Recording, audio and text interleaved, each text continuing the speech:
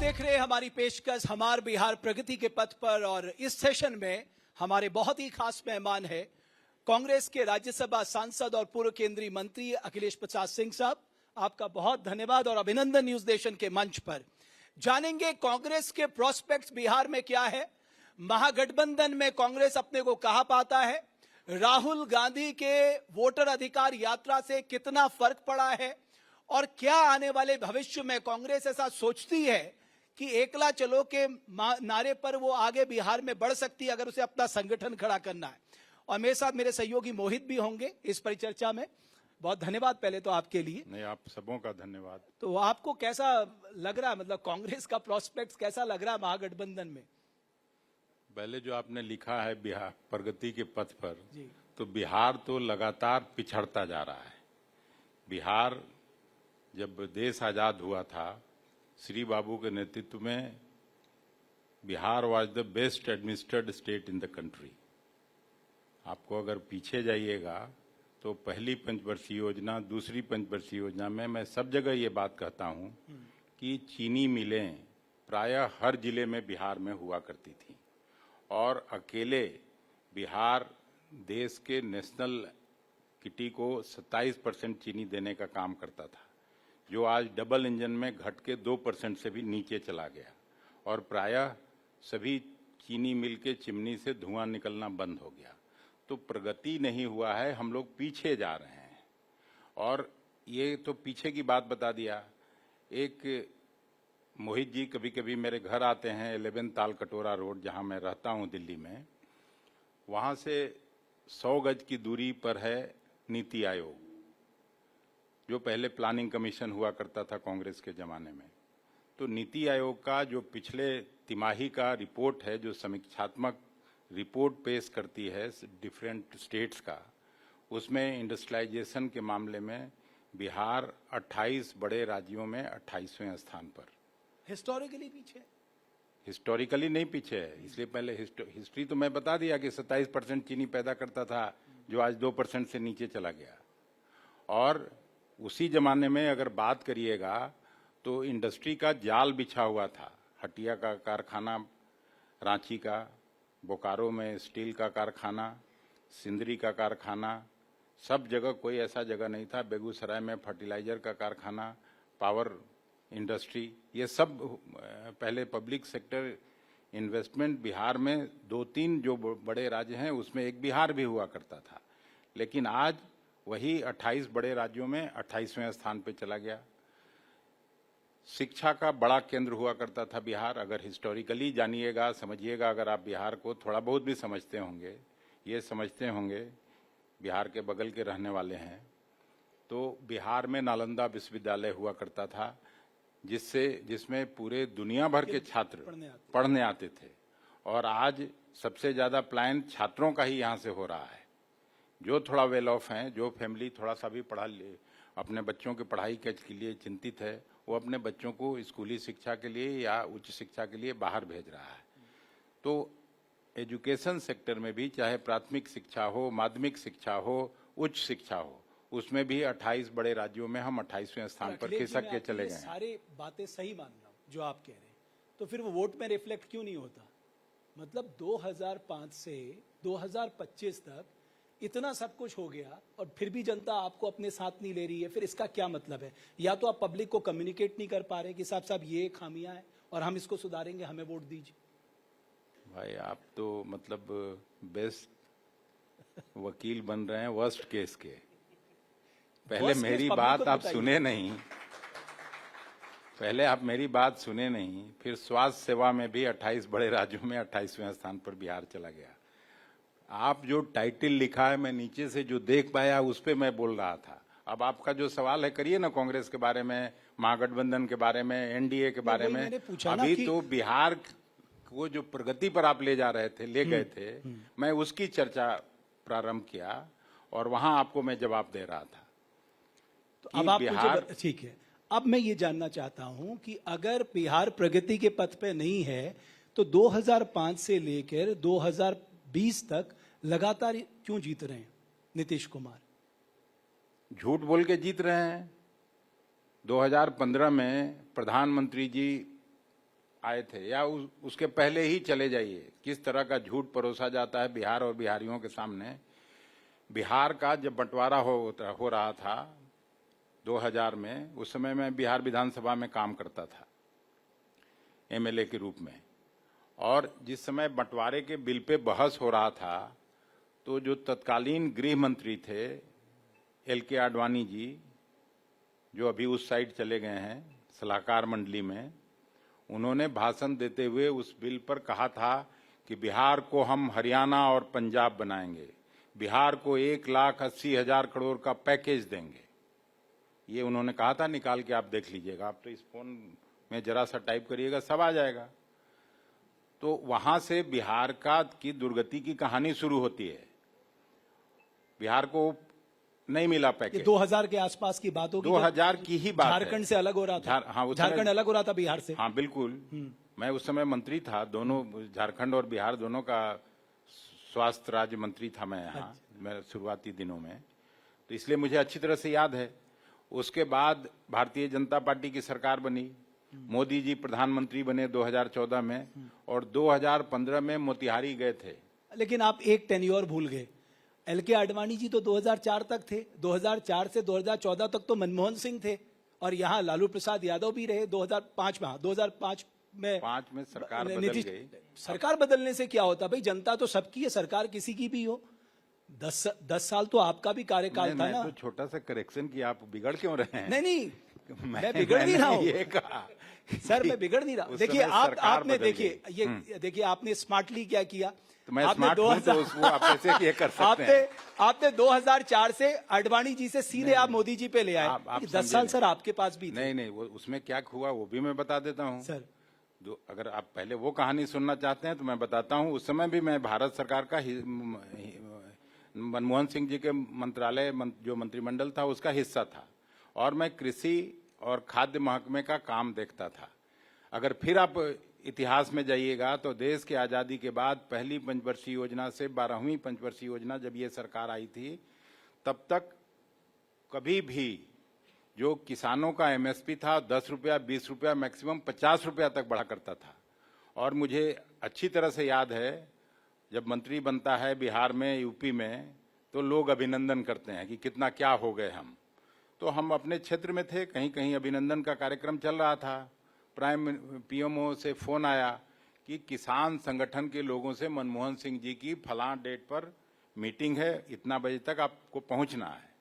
मैं जब वहां गया तो 100 किसान संगठन के बड़े बड़े नेता, उसमें शरद पवार जी मंत्री थे, चूंकि कृषि को ज्यादा अच्छा से जानते थे, जितना जिंदा लोग हैं उसमें सबसे ज्यादा अगर कोई जानता है इस देश में तो शरद पवार जी जानते थे।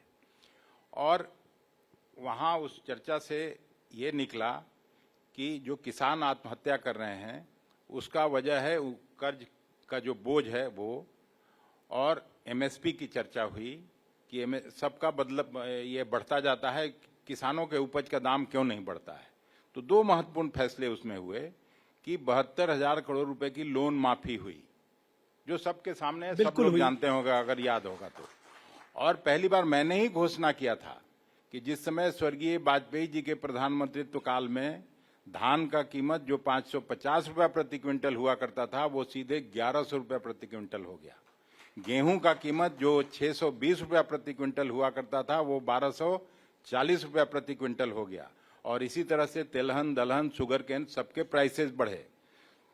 उस सरकार ने 2 वायदा किया था बड़ा, अगर आपको पीछे जाइएगा बजट पर भाषण करते हुए उस समय 2 बड़ी घोषणाएं हुई कि हम रूरल क्रेडिट को दुगना करने का काम करेंगे। और जब सरकार अंतिम बजट पेश कर रही थी तो रूरल क्रेडिट तिगुना हुआ। आज जो मोदी सरकार पीठ थपथपाती है कि हमने विद्युतीकरण कर दिया देश भर में, कितना विद्युतीकरण कर दिया? 7,96,000 गांवों में 7,70,000 या 71,000 विद्युतीकरण का काम मनमोहन सिंह जी के नेतृत्व वाली सरकार ने किया था। और उस समय जो सोशल सेक्टर में कानून पास हुए वो आज भी हमको नहीं लगता है कि आजादी के बाद, चाहे मनरेगा हो, सूचना का अधिकार हो, फूड के लिए सबको नेशनल फूड सिक्योरिटी एक्ट हुआ, तो ये सब काम उसमें हुए, आप उसको नजरअंदाज नहीं कर अब सकते हैं। अखिलेश जी, बातें आपकी बड़ी अच्छी लग रही हैं, मेरी बात बट अच्छी है ही। राजनीति में नहीं अच्छी है, लग भी रही है, बट राजनीति में अर्थमेटिक का खेल होता है साहब। चुनाव में अगर वोट नहीं पड़े, सत्ता नहीं आई, क्या फायदा इतनी सारी बातें बताने का। तो मुंगेरी लाल के हसीन सपना दिखा के बिहार को पीछे ढकेलते रहिए, तो ये भी तो कतई ठीक नहीं है। अरे और मैं जो जहां आपसे शुरू किया था बात, और क्यों मैं 2014-15 में चला आया, कि इन लोगों का बेसिक डिजाइन है कि बिहार जैसे राज्य को पीछे छोड़िए और इसको एक मजदूर सप्लायर स्टेट के रूप में रखिए, कि ताकि देश भर में इंडस्ट्री चलता रहे और हम लोग लेबर सप्लाई का काम करते रहें। ये एक पॉलिटिकल डिजाइन है भारतीय जनता पार्टी का। इसलिए मैं एल.के. आडवाणी जी से शुरू किया था, और यहां जो बात मैं कहने जा रहा था कि 2014 में जब प्रधानमंत्री बने मोदी जी, तो उस समय बिहार के लिए फिर एक पैकेज का घोषणा हुआ।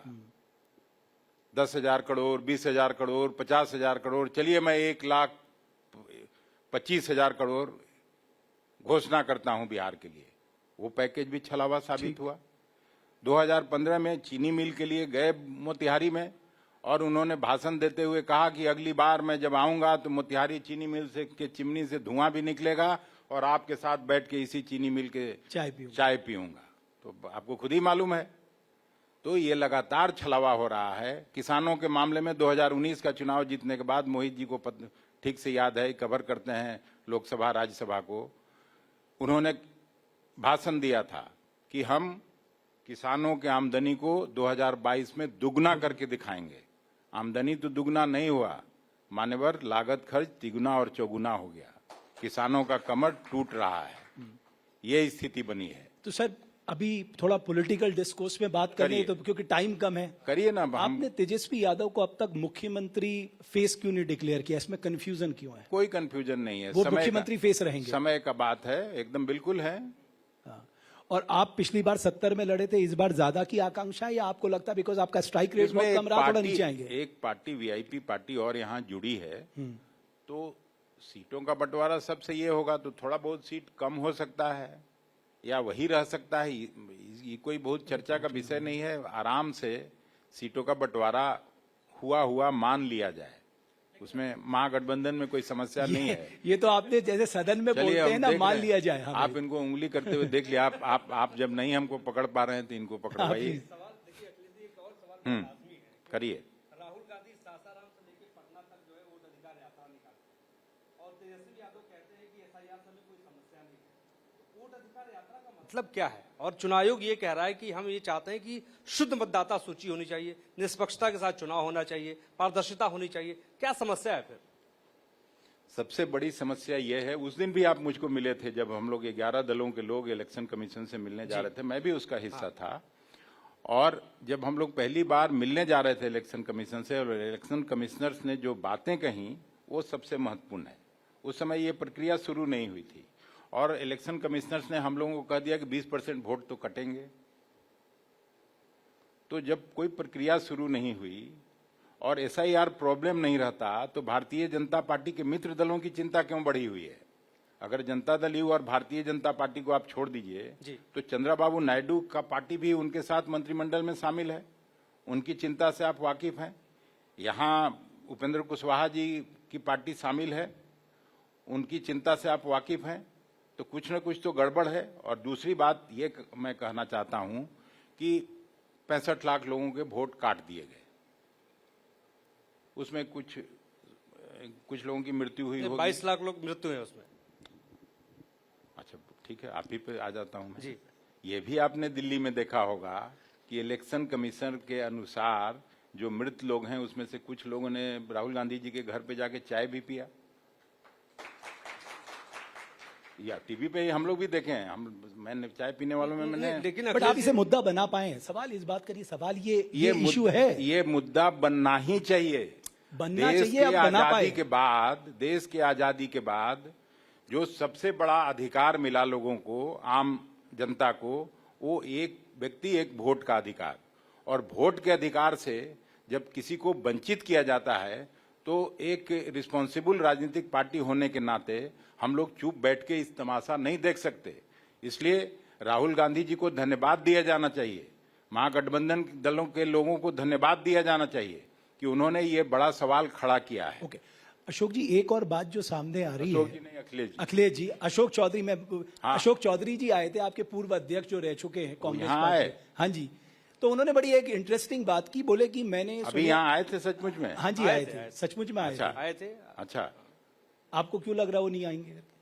नहीं नहीं, अभी बड़ा सवाल, ऐसे तो राजनीति में कुछ कुछ होते रहता है, लेकिन प्रशांत किशोर ने एक बड़ा सवाल खड़ा किया है। 200 करोड़ के भ्रष्टाचार के मामले को प्रशांत किशोर ने उजागर किया है, तो या तो अशोक चौधरी जी को आके उस पर सफाई देनी चाहिए। 2-3 दिन से वो छिपे हुए थे, उस पर कोई बात नहीं सरकार की तरफ से कही गई, या सीधा नीतीश जी को उनसे इस्तीफा लेना चाहिए अगर सफाई में कुछ कहने को नहीं है। इसलिए मैं 2 बार पूछ दिया आपसे कि अशोक खुद भी आए थे। आए थे, एक बात कह के गए कि उन्होंने कहा कांग्रेस का तब तक कल्याण नहीं हो सकता बिहार में जब तक कांग्रेस अपने को आरजेडी से अलग करके अपना संगठन पूरे राज्य में तैयार नहीं करेगी।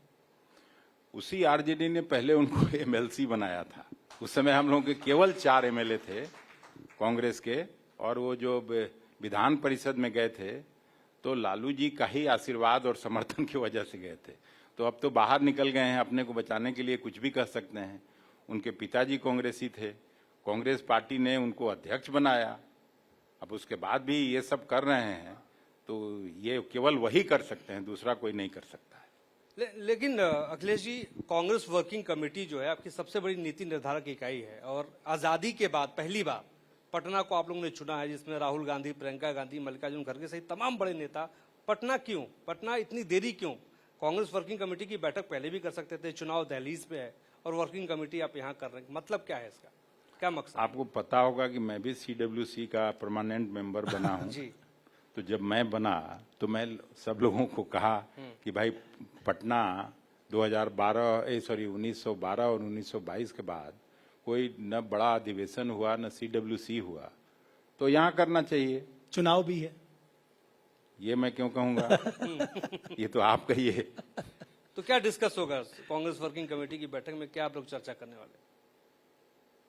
अब जो चर्चा होगी उसको पहले कैसे कहा जाए, तब तो फिर मैं रिस्पॉन्सिबल आदमी नहीं कहा जाऊंगा, और हो सकता है इसी में हमको छोड़ना पड़े अगर मैं डिस्क्लोज कुछ कर देता हूं तो। अखिलेश जी, एक अखिलेश बड़ा जी, समय बिल्कुल मोहित कर, प्रोस्पेक्ट्स क्या फाइनल में आपसे जानना चाहता हूँ, ये महागठबंधन के प्रोस्पेक्ट क्या, बहुत संक्षेप में इस चुनाव में? महागठबंधन, अगर आप पिछला चुनाव एनालाइज करते हुईएगा तो 2019 के लोकसभा में हम लोग केवल 1 सीट जीते थे, किशनगंज की सीट। आउट ऑफ 40 39 एनडीए जीता था।